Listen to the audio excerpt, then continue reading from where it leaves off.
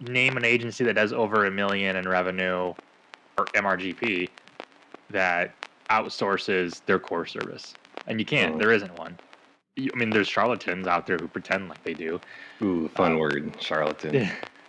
But show me the P&Ls. I'll believe it when I see it. And this is like what I hit on all the time. Everybody says that they want to hire someone to run Facebook ads for them when they're starting a Facebook ads agency, which is the dumbest thing in the entire world. Mistakes and issues that they're having with the application process, you should expect it to be worse after they get the job. They're bad things with their application. It's going to be worse, most likely, once they're actually working for you. Then I make sure to say these exact words, which are, if this happens again, you're fired. I'm a Machiavellian at heart. And my nature is, if I'm mad, I have to maintain the good cop look. And I'd be like, I'm pissed. Cody, handle this. I am not the guy who's mad. I'm just disappointed. Right? Which is worse. If you had a dad that loved you and you loved him back and he said, I'm not mad, I'm just disappointed, that is soul crushing. I say hire smart people. Now, they're not going to be smarter than you when it comes to skills because you can't afford them yet. But you can still hire very talented and bright people. This is just our experience. They don't trip up as much with those things. There are some people who go power trips and they don't actually want to hire smart people because they don't want to be challenged inside their company. And when you start going down the path of I'm the smartest guy in the room, you're on a slope to micromanaging. It's kind of weird and hard. That's what she said. Yeah. I figured it was okay, happen. Good. I'm not even going to tell people like, hey, skip the cold open at like 7 minutes. We're just going to roll right into it.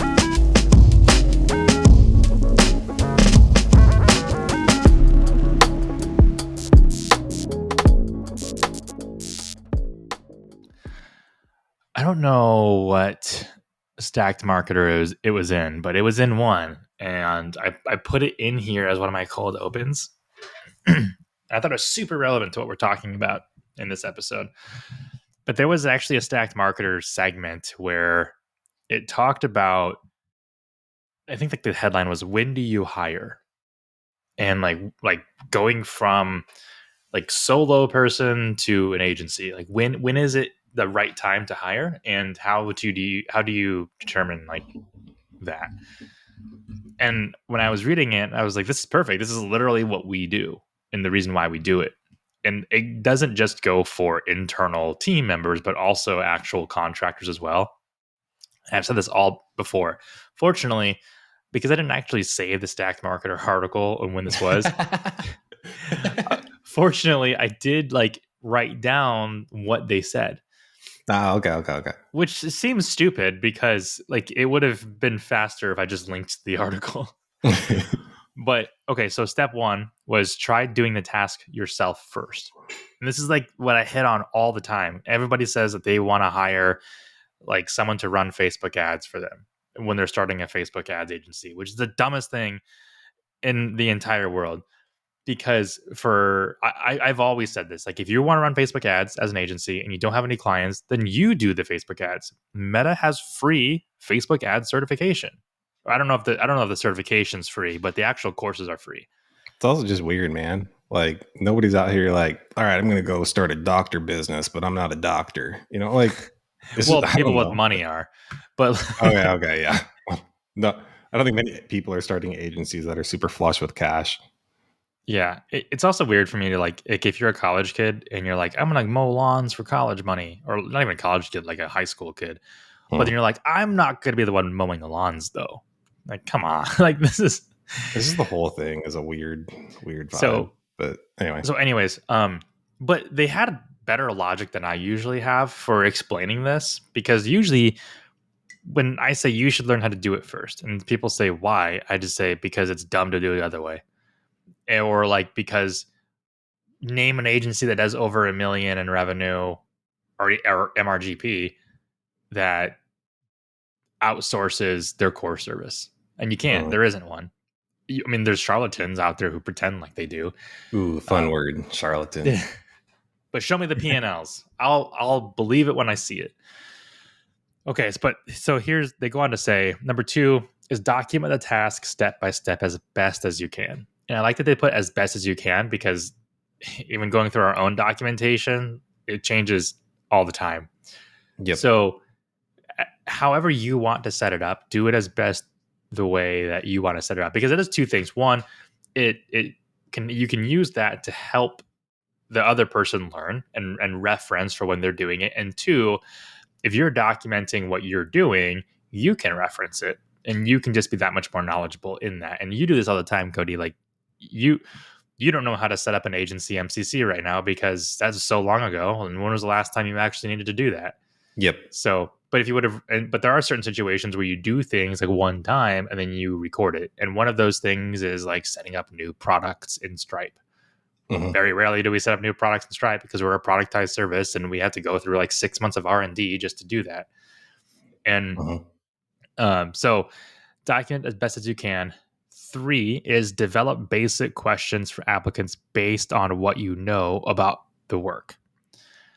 And it kind of leads into the next one, which is begin the hiring process, your experience, your documentation, and your questions. So I remember this, like, I don't remember anything about it except for this part. And it was when you know the process, you're able to ask questions to applicants that are related to the process.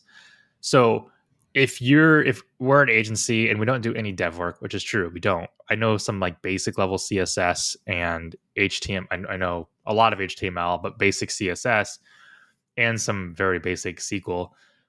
I know certain questions to ask developers if we were to hire them. But like internally, until then, I'm probably going to contract them out just for like one-off jobs and just be like, I just need this to work the way that it works. But if we were going to hire someone internally, I would probably want to learn more about the application or the development that we need. So if I were to hire a developer and I would say like, hey, there's oftentimes where we need to utilize APIs to send information from our client site over to a payment portal or a CRM. What's your preferred method of writing APIs? And the answers could be a slew of them. It could be like I like to use JavaScript or I typically use Python.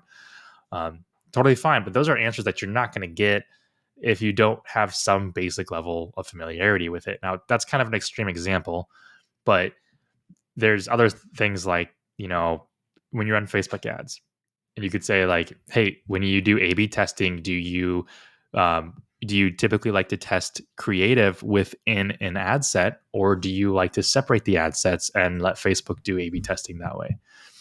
And just hearing some of those lets you hire better and just make better decisions. So I really liked that Stacked Marketer cover that because we try to talk about it all the time, but I feel like it falls on deaf ears because instead of giving like valid reasons, we just say it's stupid to do it that way. Don't do it that way. Yeah, there's I don't know. There's two schools of thought here where you have the I have to hire for something that I don't know. And I think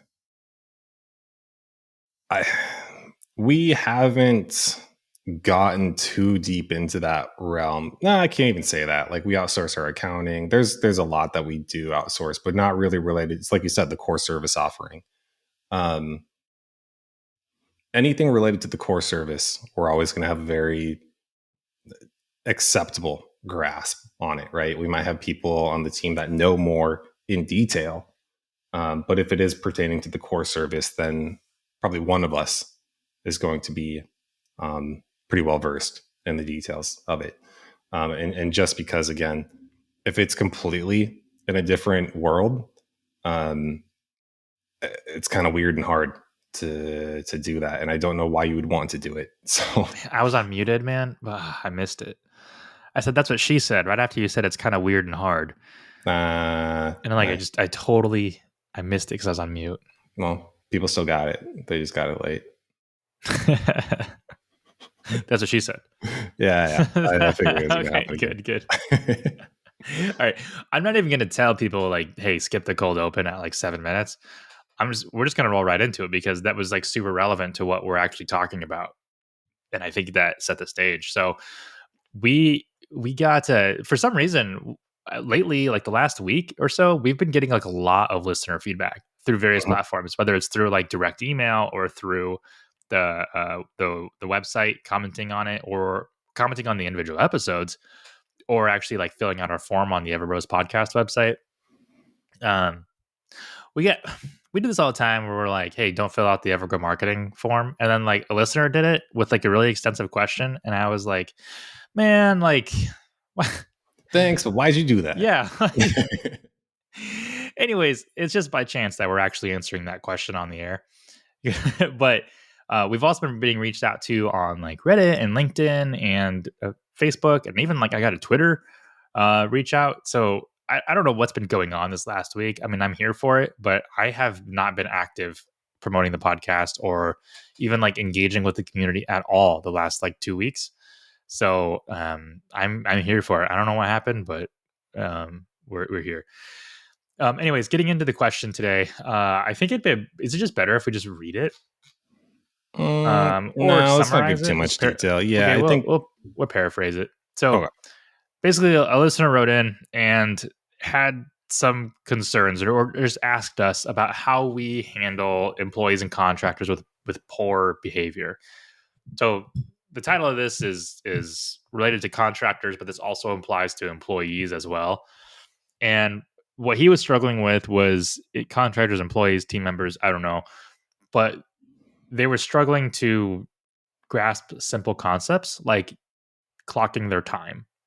And there were certain situations where they weren't even getting paid because they weren't clocking their time. They weren't using ClickUp.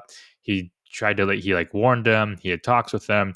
He'd even showed them videos upon hiring of like how to use the time management system.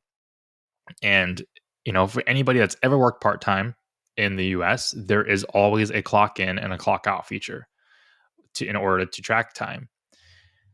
But for some reason, these contractors, employees, team members, they just weren't grasping it and they weren't tracking it. And to the point where they were getting paychecks that wouldn't even fill up a gas tank because they weren't tracking their time. Ultimately, they would just quit. And really, they're quitting on, in my opinion, that's their own fault. But um, the ultimate question at the end came down to, how do you deal with employees or prevent them from having these issues like that? And if they do have these issues, how do you correct that behavior? And Cody and I both responded. I responded incredibly verbose, as I always do, and and there was one underlying sentiment that we both had, and it starts at the hiring process. Mhm. And you know at the end of the day, hire adults. And yeah, I don't know. I think the main thing was like, don't like you can hire based off of skill, but you can't, or you can teach people to have skills. You can teach people things, but you can't really teach them to be an adult or be responsible. They either are or they aren't, and that's what we focus on, which is why we don't really have a problem with it. Yeah. Well, I can't say we don't have a problem with it now. There was a time when we had problems with this sort of stuff, Yeah. and it took us a while to grow to a position in many ways where this became much less of a problem. Um, but I think it does it starts, and I would say it almost ends with hiring, because there are some things that you can do. I'm not going to say something. You can do a lot. There's a lot that you can do to nurture people, to groom them. I know it's not a great word, but that is the correct word here. Like, you groom people for success, and I think that's what you have to do with, especially in our case where we have nothing but young people who are very talented and skilled, but do not yet have professional experience. So we end up teaching a lot of very strange one-off things that you've forgotten about as you became a professional, of like, how do you send an inappropriate email, right? Or what can I say here, or what can't I say here? There's Just one there's thing an is. email of one of the minions that were like, they referenced someone as Chris, but he goes by Christian. And like even in his signature it said Christian. I just responded back internally and I was like, does he go by Chris? Mhm, And basically I wasn't saying, I was implying like, hey, you screwed up here. mhm. And those are like the one of those like weird things where it's like it's a behavior thing, but it's also kind of just like a world experience thing. Yeah, and those things, like nobody's getting thrown under the bus with that. That's not a majorly critical. Um, nothing's blowing up at the agency. That's not an emergency. Um, I do think. I mean, it depends on your agency, but time cards and time tracking and that sort of thing can be. Um, but yeah, I think what I when you brought this up, I started writing down notes of what I thought would be helpful for the people who are in these situations. And the reality is that it just comes back to hiring the right people. Um, and then I wrote down notes on how we've gotten to a better place with that, because that was not fun getting to a place where we were able to hire the right people or find the right people. It's very hard with remote work because you have the entire world potentially, and you have to get in front of the right applicants for the situation. And good people are hard to find, period, anywhere. Now you open the floodgates, and how are you going to sift down and filter down to that? Because let's say you're afraid of going through a lot of applications. Well, that's going to be really hard then, because you're realistically going to go through hundreds of applications. If you're open to the whole world, you're going to get applications from everywhere, and you have to figure out a way to sift through them in a sort of time efficient way, except that it's going to take a lot of time, because it will. But figure out the ways that are going to be the most time efficient. Um, and even before all that, though, I wrote down, and it's just been true for us, as much as you can, referrals are going to be number one, always, right? I mean, if any of the minions gives us a referral, we're going to give that attention, because the minions are great, right? I guess maybe there's a chicken and egg situation here, where if you don't have good minions, then you don't want to listen to their referrals, because you're looking for the good ones so you can get more good ones. I think the assumption is that like if you started at the hiring process and you started off good, then just by default, people related to the good people you hired are Mm-hmm. going to be not related like, familially, but like friends or whatever. Then yeah, then that thought process is they're good. But if you sucked at hiring, then like maybe referrals, maybe maybe that's not your bag, man. Yeah. Well, assuming that they're good, then you're not going to. No good team member, really good, is like in their heart referring people for the sake of a referral bonus or something, knowing that they're going to suck, because that's going to come back to bite them at the job anyway, right? They have to work with them then, and if they're not good, who wants to work with that? Mhm. So, um, I'd say that referrals are number one, and assuming you've got good minions, good team members that uh, give them that attention. Um, do we have to explain that I say minions, or have we talked about it enough? I'm worried about if we get a complete new listener, they're like, why is he saying minions? But we call our minions minions, I and think we they do like it. it. They want What? it. Well, I don't. We haven't asked Laura and Angie. Well, We did. We did did. we? Yeah. This was the whole thing. It Oh, was only we had it in a chat, and then I brought it up to them. I'm like, hey guys, look, okay, I know we've talked about minions, and it's not necessarily the best look. We can be other things. We don't have to be minions. And they're like, no, we like the minions. I'm like, okay, I thought this was just like Lisa and Eva. no. I made sure to do it a second time once the team dynamic changed a bit, and I was like, maybe we're not minions anymore, and that's okay. And they're like, no, we're minions. We want to be the minions. Well, it was funny. It was funny when we hired Laura because it was Eva and Lisette was still there at the point, and then Angie, and like I shared that image where it was like it had four minions on it, and they all had names above each other. So it had like Eva and Angie were next to each other, staring at the camera, and then there was a shadow minion right next to them that was just like it's just like a grayscale one, and then they had another minion that was walking away but like waving goodbye, and like that was Lisa. And like Cody was Oh, just like some work went into this. some real effort. Yeah, it was wholesome. Anyway, So we've explained minions again. Probably always safe to do that every time. Um, Here's something that actually made a big difference for us, and it's that, um, for example, Indeed. Indeed is probably the single biggest job board out there at this point.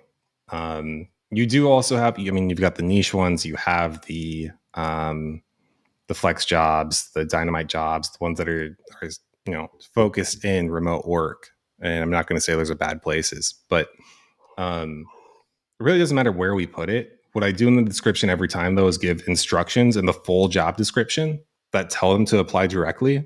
And then anybody who doesn't read the full description for the job and reads that part, if they don't do that, we don't entertain the application.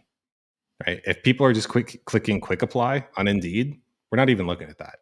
The job post didn't say that. It didn't say that's how you applied. You applied through the website. So every now and then I'll do like spot checks on resumes and stuff through Indeed, because sometimes it could be like Cody said earlier. Did you say in this episode, or did I dream it? Where you said like what was it last episode? I can't remember. You said like every every good resume gets one mistake. Every bad resume, even if it has one mistake, it's out. oh, I think we were talking about before this, but yeah, no, I said Oh, if in the prep work before this. yeah, if they have an outstanding resume with one mistake, that's okay. Like people are human, people make mistakes. We'll entertain that. If they have a okay resume with a mistake, they're out because it was already okay resume to begin with, right? Yeah. So like if they have a flawless resume, but they submitted it through Indeed, okay, maybe we'll give you an interview. You better knock the interview out of the park. Mm-hmm. Yeah, and I'm not going to say we completely ignore them. We do spot checks. We're just not like, if because with Indeed, we're literally getting an application a minute, right? So it's truly a one glance over, and then if something catches our attention, we'll look deeper into it. But yeah, they do have to be outstanding in other regards to get that. When our first position, you had additional criteria because the position was for a super account manager, Mm-hmm. and it was the acronym for that is SAM. Mm-hmm. Then you had, make sure to apply on the website with your resume and cover letter, and the subject line should say, "My name is not Sam, but I would like to be the Sam." Unless your name was Sam. Unless your name was Sam, and then you had a different set of instructions. You said, "My name is Sam, and I would also like to be the Sam." Yeah. And then if they had the wrong subject line, it was like, "Oh, in the trash. Can't read instructions." I'd still look at it, but yeah, for the most part, I mean, that's part of the learning process too. Is I've gotten more. There's like only so much fun that you can do when you're a fun company before it can be perceived as unprofessional. So that's why I really transitioned over to this one of make sure that people read the full job description, because if they don't, I just saw this on Reddit the other day. It was I can't remember what. I think it was two actors that had written the script for a movie, and they submitted it to different studios, and they included a I don't even want to say it. They included a scene that shouldn't have been in there that was not like the rest of the script. And what was the scene? I want to know. I'm not no, what? I'm not. But somebody will comment and they'll say.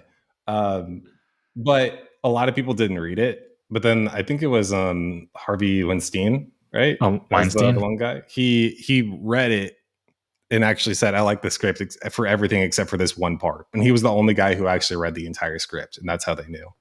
That's unfortunate. It's unfortunate that guy caught it. Right? Yeah. Yeah. That's like everybody failing your morality check except Hitler. That's like that's like doing like a random morality check and be like, "Oh yeah, like people will catch on this," and everybody approves it, and Hitler's like, "This is bad." Yeah. Yeah. So I once we switched over to that, that really started to help things out a lot. So we were able to filter through resumes a lot more easily and more cleanly. Then those other things that you just said you brought up, I'd written those down too. The Look, if people have outstanding resumes and they make one mistake, that's fine. Um, if they're mediocre resumes with one mistake, they're out. And the problem, their ultimate reality is that when people are applying for jobs, they're at their best selves, or they should be, and you should assume that. So whatever mistakes and issues that they're having with the application process, you should expect it to be worse after they get the job. So if there are bad things with their application, it's going to be worse most likely once they're actually working for you. So you should be very stringent, very strict with the application part. Um, and we try to balance drawing out. We don't draw out the interview process for the sake of drawing it out, but we do a 2-step interview usually, just for time efficiency and to also give other people time to get acclimated to us. So I think Jake has said before, we do like a vibe check, which really it's like 15 minutes to half an hour sometimes max, and it's just making sure, do you have a pulse, do you have a computer, can you speak the language we need you to speak, very simple things like that, where we really, it's just checking the boxes. Well, And then it's a two road vibe check too, yeah. because like I might show up to the interview like this, you know, Mhm. like, and is that okay with you? Are you, as an applicant, are you okay with a laid back environment like this, or do you want something more professional? And you know, if you haven't done a lot of hiring, you might think that, well, why wouldn't anybody want a laid back environment? And like, this is seriously a criteria for some people. Some people like want to, they feel like that professional environment is going to help their professional career, and maybe they do need that. So sometimes, like, or maybe they know they need structure, and like, we're not here to give you structure. We're here to Mhm. give you a process, and you have to bring your own structure. Yep.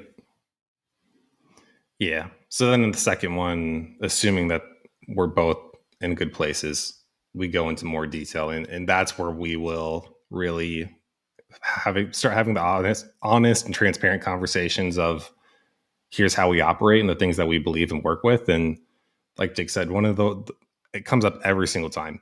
We say it all the time, even now, but especially during the interview processes, we say we hire adults. And really it comes down to our management styles. We don't, I'll just say it for myself because it's easier to not put words in Jake's mouth in case he wants to fight me. I do not. We both don't breathe down necks and micromanage, but I especially, just speaking for myself, do not crack down on people ever. It's not my style, and if as a, I'm not saying you're not. You're like looking, you're Hold looking on. at No, me no, no, like, no, no. do I do that? No.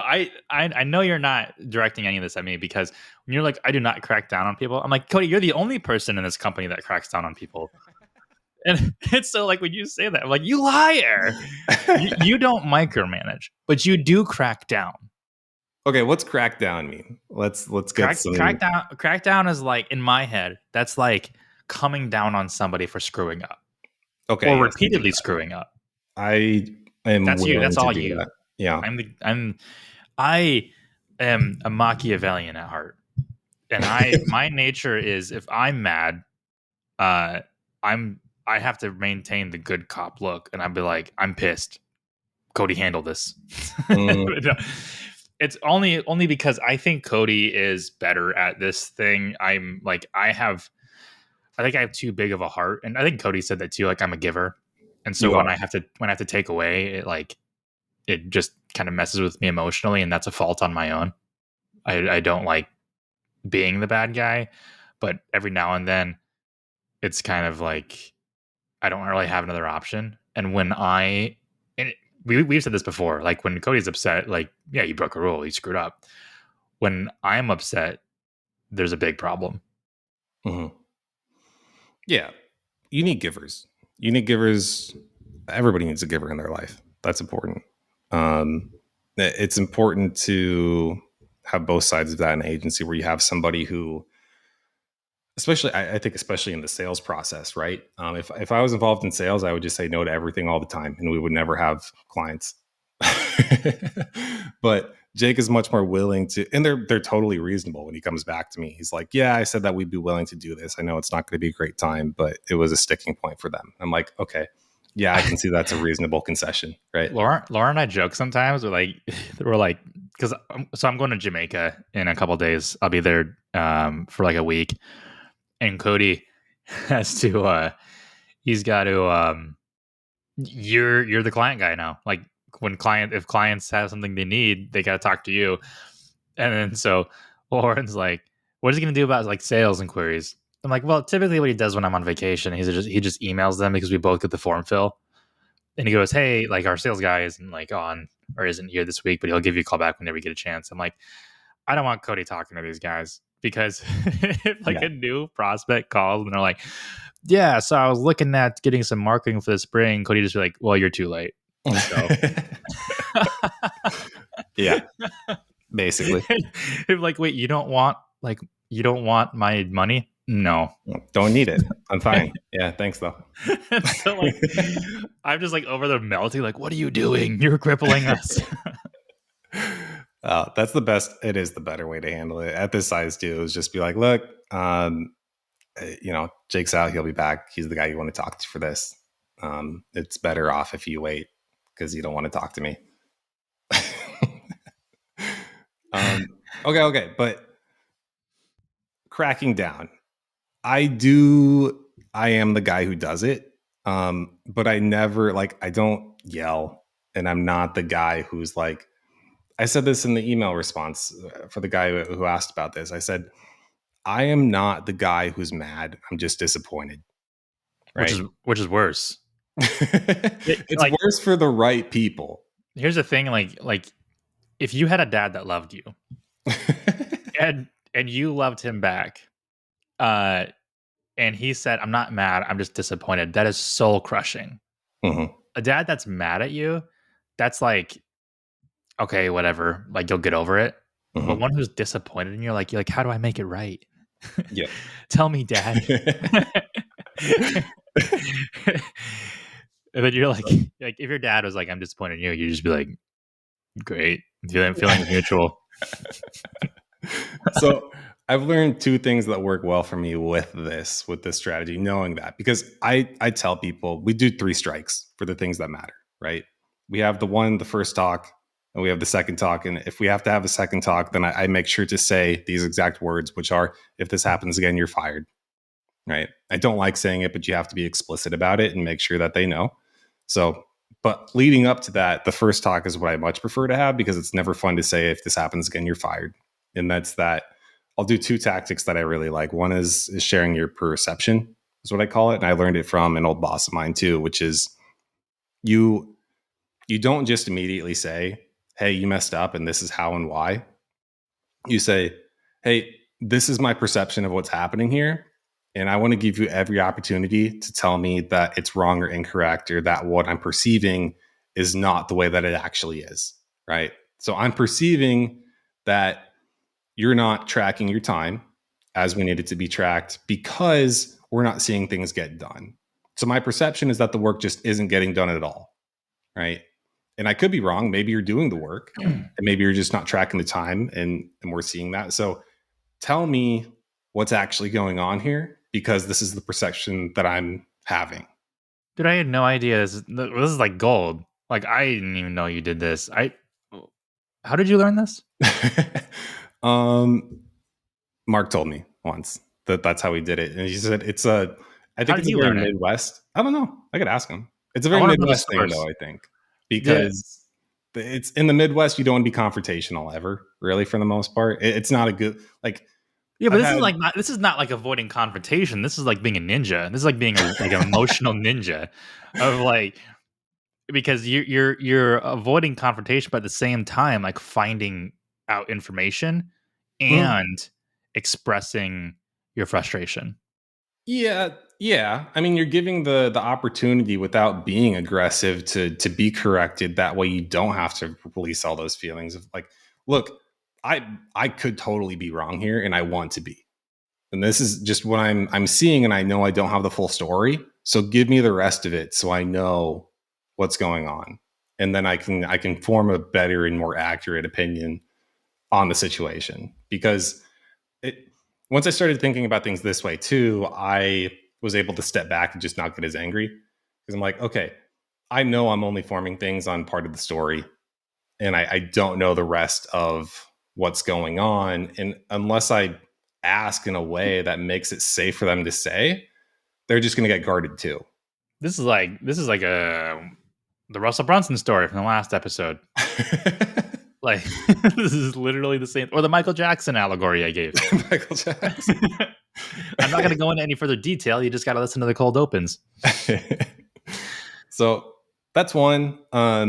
It's helped me out a lot, but I think that this is one as far as getting the minion to understand our position and perspective, our position that we're in, is to flip the situation. Because I've said before, I don't like being a boss. I didn't want to be a boss. I find no joy in this. It was just the only way that I could live the life that I wanted. So I go in there and I say, "Give me a name. Give me somebody's name. This is the new minion that we have." Like Shmanji. Shmanji. Perfect. I'm just kidding. We're I using hope she doesn't Shmanji. listen to this and think that like I have anything. So I say, Shmanji, here's the deal. I want you to pretend that you're me right now, and you're the boss, and I'm Shmanji, and I messed up, and now you have to have a talk with me that you don't want to have because you wish that it just didn't happen, right? But it's your job and your responsibility to hold people accountable. So they did X. What are you going to say to them, right? And then, because usually people just get it there. Once you flip the script and you say, pretend you're the boss and you have to have the talk, then you don't have to have the talk anymore because they already know what it is that they need to hear. Mm-hmm. And after that, I just tell them this is the worst part of my job, right? Correcting people, telling them, like, it's helping them grow and be more professional and independent and be accountable and all the things that go with being an adult. Which is why we don't have to have them often, because we usually handle it in the interview process, and people are very adult and grown up and able to manage their own desks. But everybody slips, me included, both of us, right? We have our own trip ups, and we do need to help people tell us, even, politely gentle nudges of here's how to correct this. And that's how I handle the situation, is just to flip it. Hey, pretend you're the boss. Do you know what my favorite slip up you had was? What's that? Is the most ironic one, and I'll never forget it.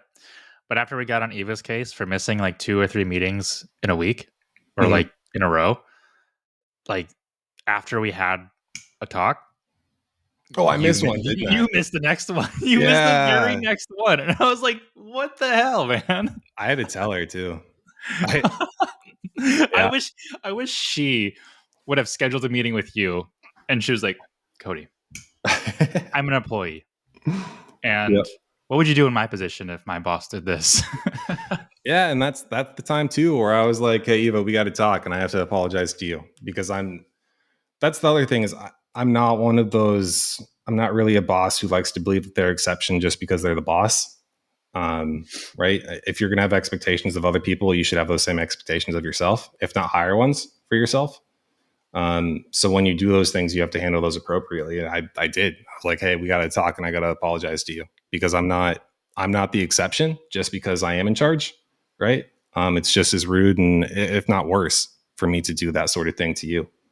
And So, I think, and one thing to make clear too is like these stipulations and these discussions don't have to last forever. Like you say, if this happens again, you're fired.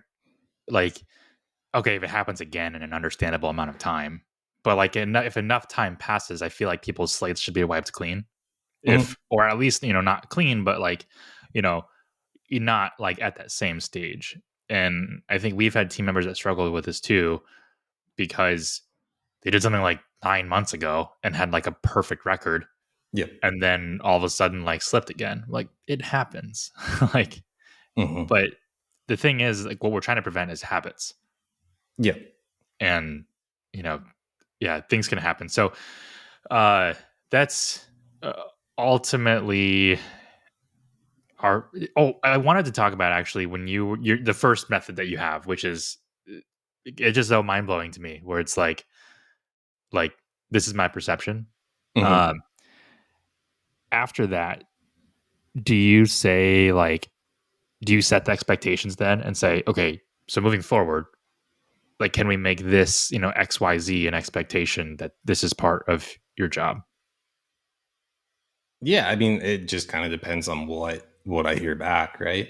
Yeah. Um, So I feel like okay, relating it back to like a listener's question when they're like, we struggled with like time tracking, like people weren't tracking their time properly, and we've talked about why time tracking is so important. It's important for two reasons. One is because if you're paying people hourly, you need to know how much they worked, and two, if you do a productized service or even if you bill by the hour, you need to know how much time is being spent on certain client projects, or else you're not going to know how to bill or price your services correctly. So time tracking is important no matter what you do, and if like you have to have this discussion and say this is my perception is like you're not tracking your time because you don't find it of value, maybe like you don't like my perception is like maybe like you're not tracking your time because you think that maybe I'm doing this wrong, maybe I'm not supposed to say like you or something, like in therapy, um where they're like or two people are arguing like, oh, don't say you, say I feel like you're screwing up.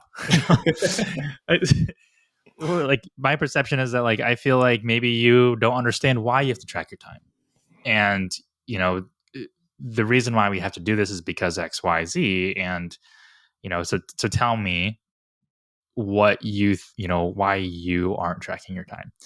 And if they give you some kind of valid reason, like um or not valid reason, but if they give you some excuse as to like, oh, like I forget, like there's other things you can do, especially with ClickUp. Like you can hit play, you can start and stop the timer.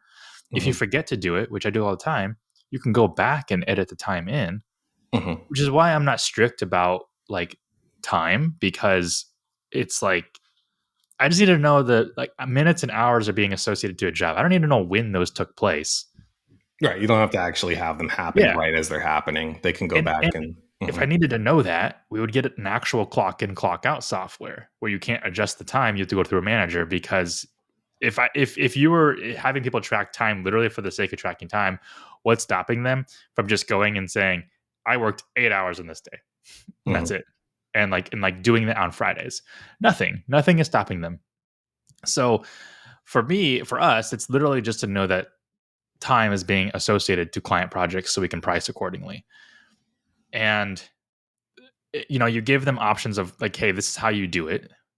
Again, like, okay, you squash their objections. Well, I always forget to hit the start button on my timer. Okay, well then go back and add in how much you think you worked on that. Like, it's not that hard. And then at the end of it, I'm saying, okay, so this is the expectation then. Like, I need you to track your time. Like, I'm not upset, but like, I'm glad you were able to clarify your side of things. I need to clarify my side of things. You need to track your time. And Yeah, then that's when, if it happens again, you go into that second call and you say, we talked about this. If this happens again, you're fired. right. Yeah, I think this is really hard because I feel like there's two paths you can go down when it comes to hiring people. And there's the one that everybody says, and there's the thing that people often do. And the thing is to always hire smart people and go after people who are smarter than yourself. I agree with that, and I think it's smart. Now, when you're starting out, nobody's smarter than you skill wise because you're the one starting everything, unless you're attempting to do the thing where you outsource skills you don't know how to do. And you're also making a bigger problem for yourself because when something happens, you can't fix things, Well, right? I was going to say, no one, no one you can afford is smarter than you. Right. So Like, early on, if it's your own cash, you're dealing with that situation of, look, I, I say hire smart people. Now, they're not going to be smarter than you when it comes to skills because you can't afford them yet, but you can still hire very talented and bright people.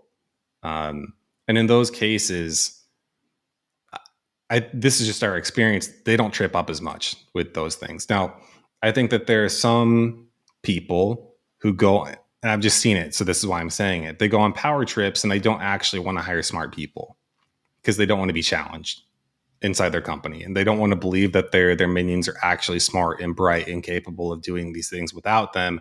They're just trying to feed their own ego for their own business that they can grow as big as they feel comfortable with without having to rely and trust on these people that are on their team that are very smart and talented and, skilled. Um, those are two different paths. When you start going down the path of I'm the smartest guy in the room, um, you are on a slippery slope to micromanaging and having people who aren't responsible for themselves because, well, you've made it clear you don't trust them, right? I'll say this: if you think that you are, or if you want to maintain the image that you're the smartest guy in the room, read How to Win Friends and Influence People. And there's a quote in there, and I'm gonna butcher this. I'm gonna slaughter this like a fresh cow. If the quote goes something like this: like you'll earn 100 times more friends if you ask questions about other people, or you talk about other people versus talking about yourself and boasting about yourself. And just try it. Just like if you're this kind of person and you spend a lot of time like talking to people about what you're working on or things you're growing, try to go to a party or an event where you're not everybody knows you, and don't say a single thing about yourself. All you need to do is ask people. Maybe you're a single dude or a single girl, and you go and get drinks with somebody you met on Tinder or Hinge or whatever. Try to go as long on the date as possible without saying a single thing about you, unless they ask. And like if they say something like, "Oh yeah, like I'm from this town," and like you happen to be from that really weird small town in Nebraska too, don't say I'm from there either. Just keep going. And maybe that's probably bad dating advice, honestly, but like I did that a lot. And like it was kind of like freeing to just ask questions about and learn more about other people and not really worry about myself and care about myself, because it ended up getting people to like you way more because they got to talk about themselves, and nobody likes doing anything else other than talking about themselves.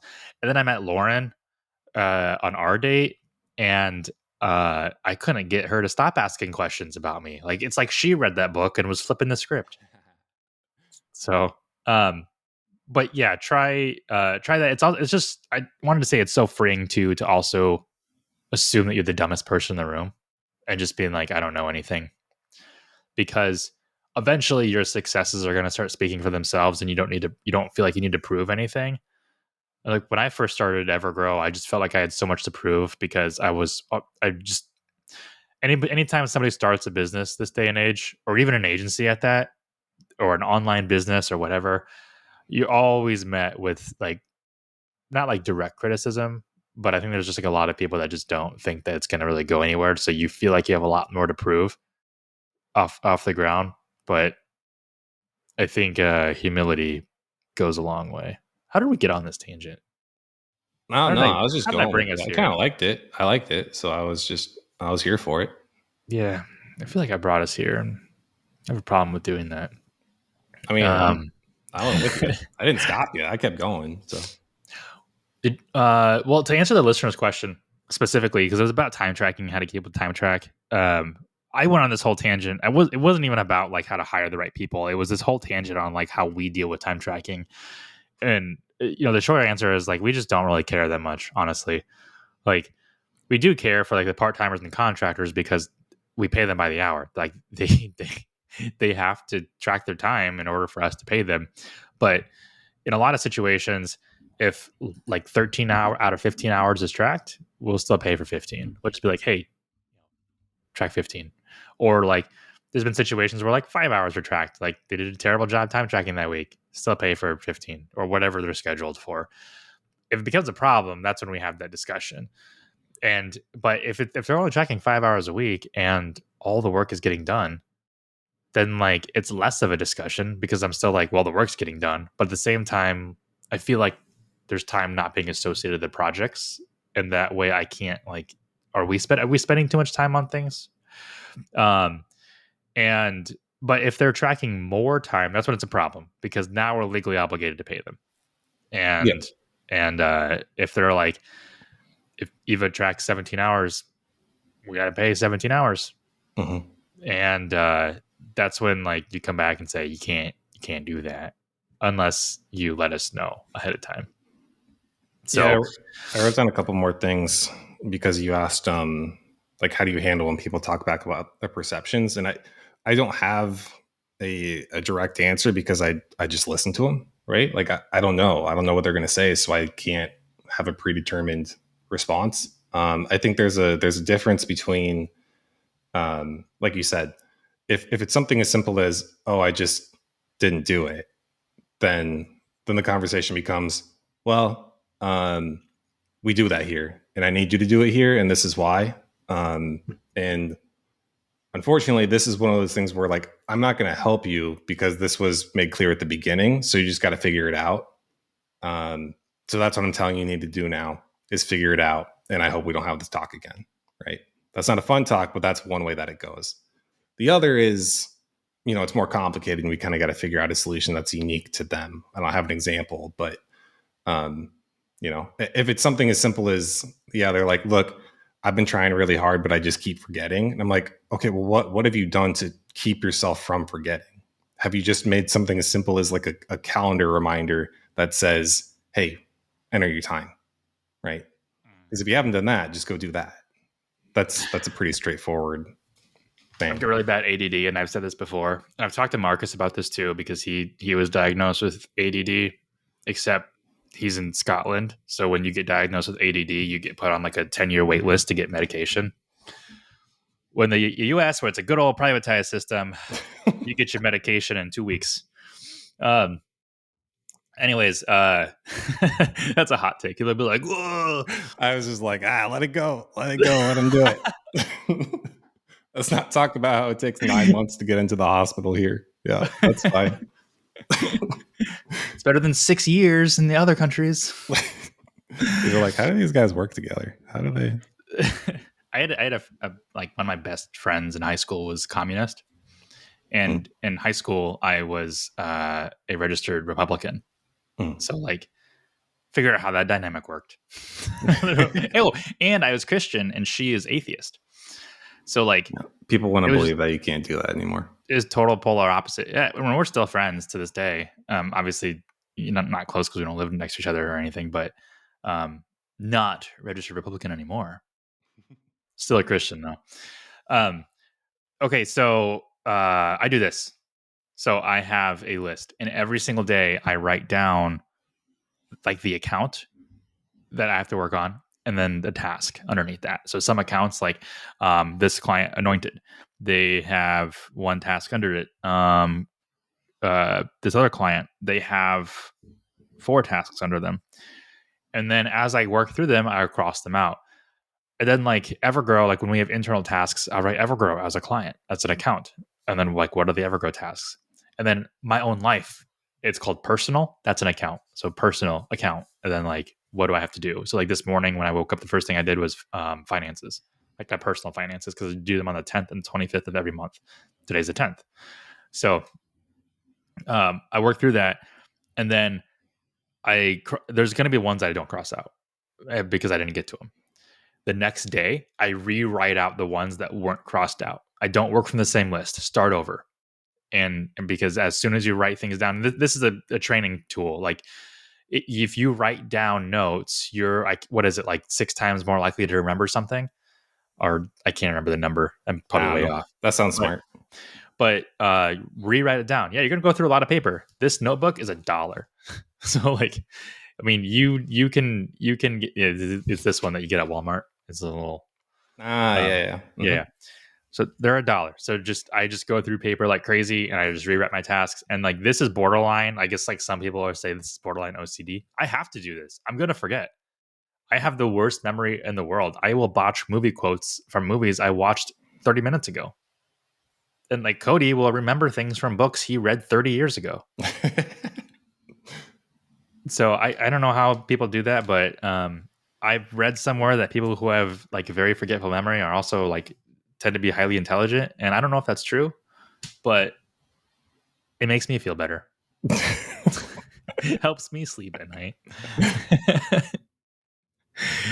I had one more, and that was it. We can call it good. And it was just when it comes to hiring good people and retaining them, helping them grow, et cetera, I think it's important to remember that your first team members, your first minions are different. And you don't get to just treat them like, I don't know, somebody on the outside that you just ship stuff off to and, you know, grill them when they don't get it done. You genuinely have to care about their lives, and you should, because they have such a major impact on your business. Um, when you're tiny, there's no hiding. There's no not doing things.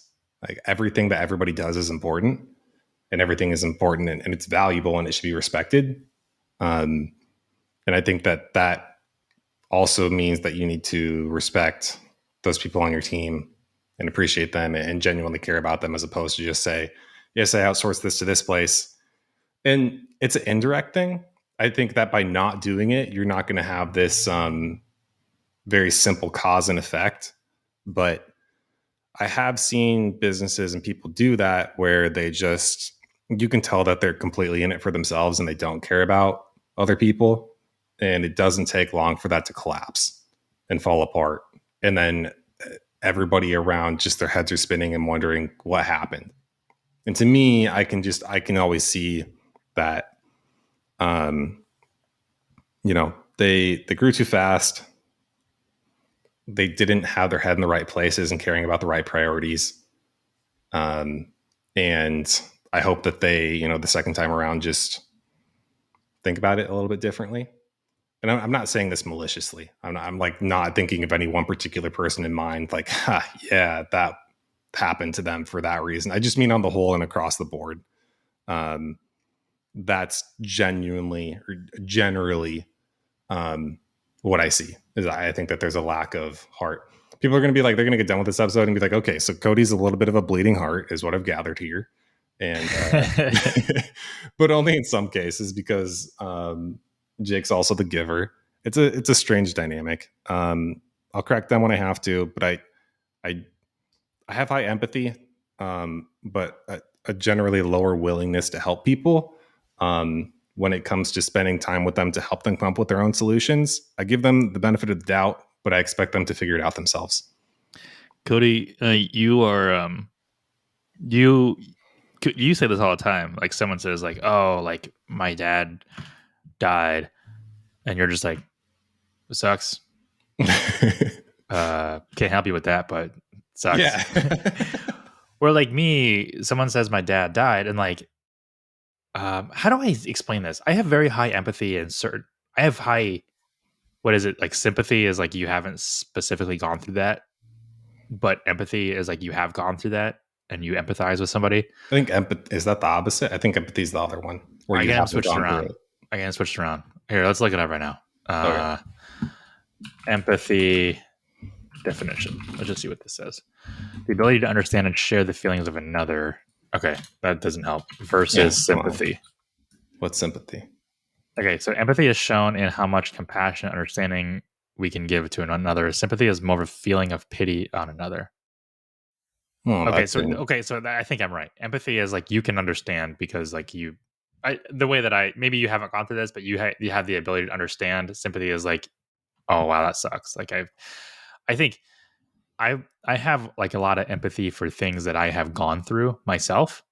But I have almost zero sympathy for like things I haven't gone through because it's like, or like I don't have any understanding. I don't know if it's like the autism in me, but like I like someone says my dad died, I'm like, damn man, sucks.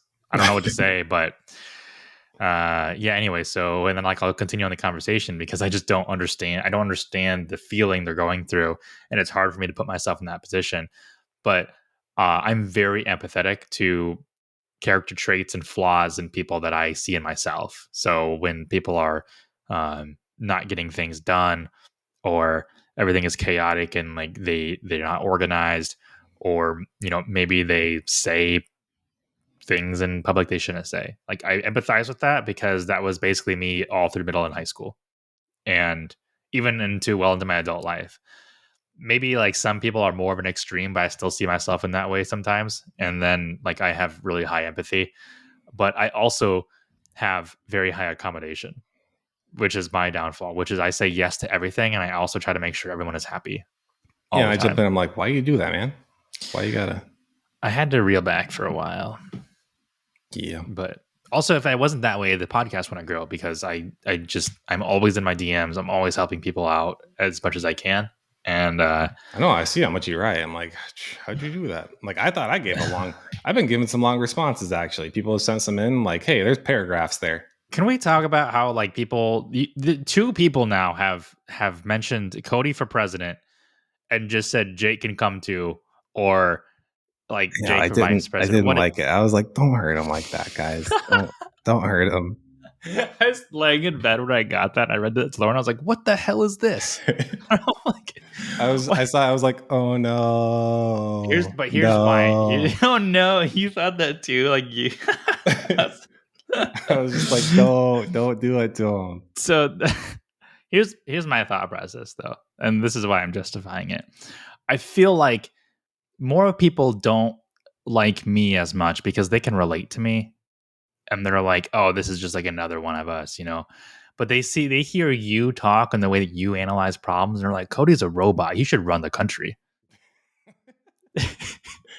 Maybe the first half, I'm a robot. Yeah, I could see that. And they're just like, he doesn't have emotions. He's so logical about everything. Jake's always on his period. Like, Well, I hope they all know that I don't want to do any. I just want to disappear. That's the goal. So that's exactly what someone who should run the country should say.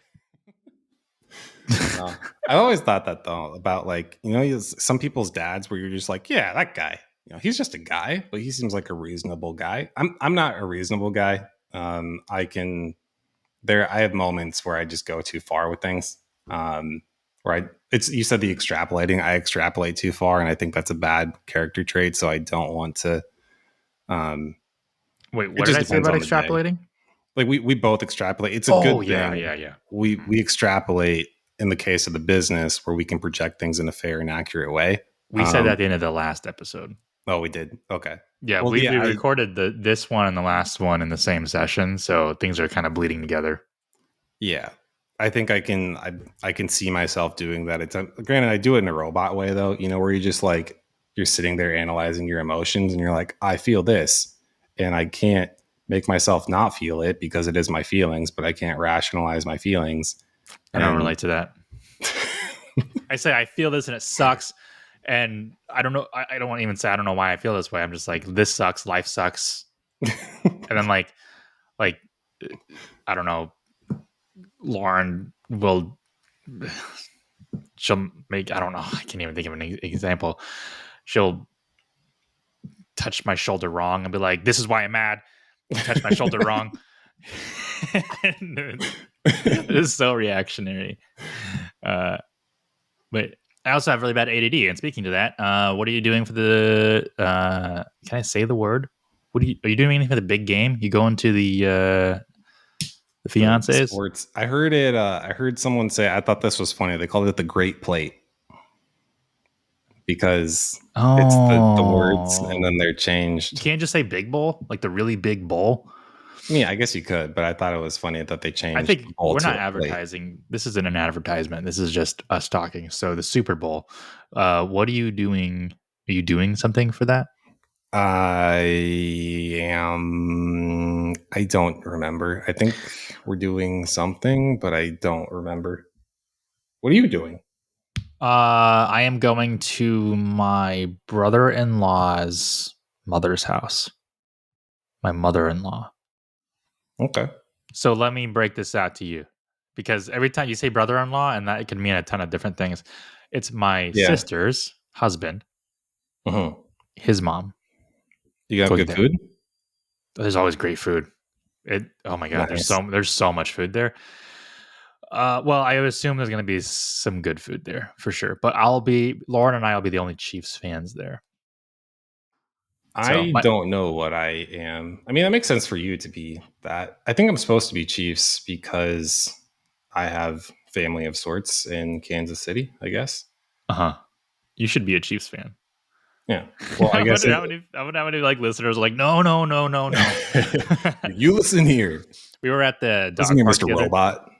We were at the dog park the other day, and some guy comes up to me to us to pet the dogs because our dogs have Chiefs bandanas on right now. He's like, "Oh my god, I love your dogs. They're so cute." He goes, "I'm rooting for the Chiefs too." He's like, "Well, I'm rooting for Taylor Swift." And because she's all hot news now. But I thought that was funny. Like, even if you're not into football and you're just into Taylor Swift, like that's who you're rooting for. Yeah. No, for the listener, I'm from I'm not from, but the first big city I moved to from my town in Iowa that I grew up in was Kansas City. So I was by default a Chiefs fan. I'm in Minneapolis now, so I'm supposed to be a Vikings fan, but I'm just not. I couldn't detract from the Couldn't Chiefs. do it. No. So Yeah, I get that. but my family are 49ers fans, and I was a 49ers fan growing up because we have no allegiance in Iowa. So my entire family is rooting for the 49ers, and then I am rooting for the Chiefs. But Do we have any professional sports in Iowa? Do we have any No. professional sports teams? Cow tipping. I'm just kidding. Back in 2010, we had a professional paintball team, Okay. which doesn't really count as a professional sport. If any of my paintball teammates listen to this, they're gonna be irate. But yeah, we had plus they were called Omaha Vicious, so they're actually a Nebraska team, but they practiced in Iowa. So, well, that's just misleading. Yeah, we do have the Iowa Cubs, which is like a semi-pro feeder baseball team. Yeah, it's a semi-pro though, right? Not pro. Chicago team. Yeah, there is no pro that I think we do have a pro arena football team called the Iowa Barnstormers.